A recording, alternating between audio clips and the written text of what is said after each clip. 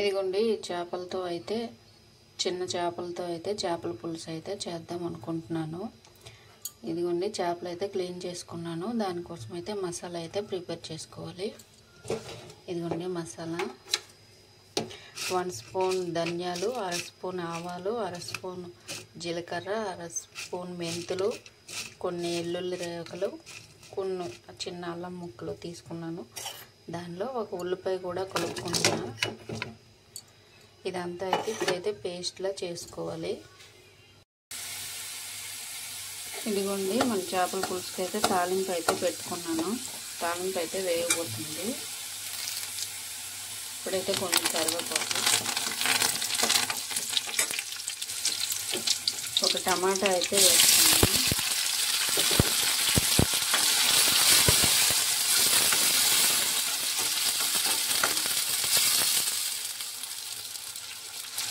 ఇప్పుడైతే మూత పెట్టుకుంటాం, మగ్గించుకుందాం.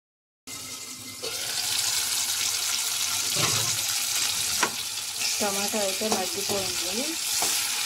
ఇప్పుడైతే ముందుగా మనం రెడీ చేసుకున్న మసాలా పేస్ట్ అయితే వేసుకున్నాం. నేనైతే మెత్తగా దంచుకోలేనండి, పచ్చగా అయితే దంచుకున్నాను.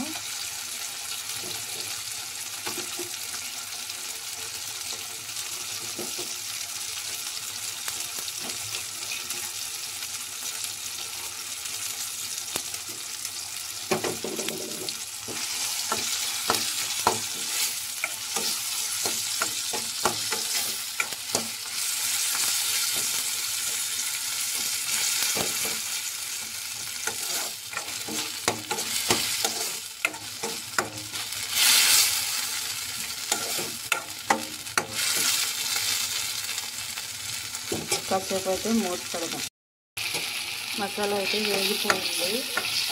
ఇప్పుడైతే చేపలు వేసుకుందాం.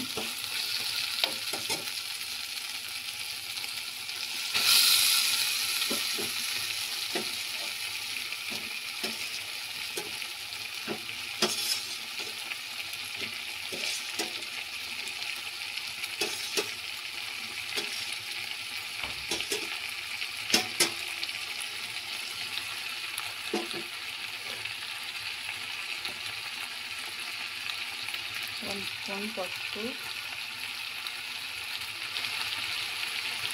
1 స్పూన్ కారం, 1 స్పూన్ గరం మసాలా పౌడర్, కొంచెం అంతా ఉప్పు.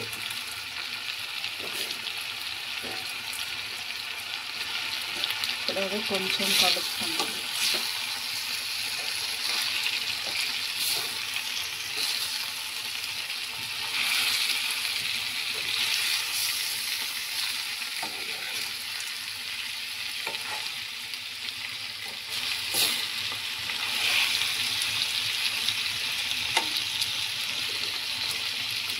ఎక్కువ కలిపితే విరిగిపోతాయి. ఇప్పుడైతే మూత పెట్టుకుందాం. ఇప్పుడైతే మనకు కావాల్సిన చింతపండు రసాన్ని అయితే వేసుకుందాం.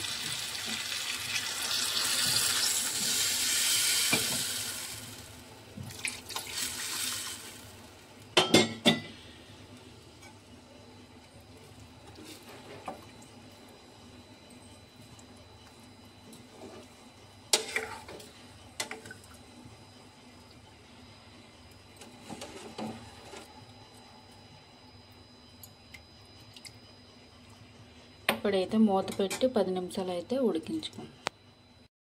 మన చేపల పులుసు అయితే మరుగుతుంది. ఒక 5 నిమిషాలు మరిగించి అయితే ఆపేద్దాం. మన టేస్టీ చేపల పులుసు అయితే రెడీ అయిపోయింది. చాలా సింపుల్ ఇంగ్రీడియంట్స్తో చాలా సింపుల్గా అయితే తయారు చేసుకోవచ్చు.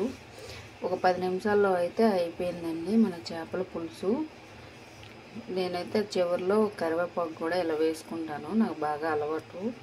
మన సింపుల్ చేపల పులుసు అయితే రెడీ అయిపోయింది.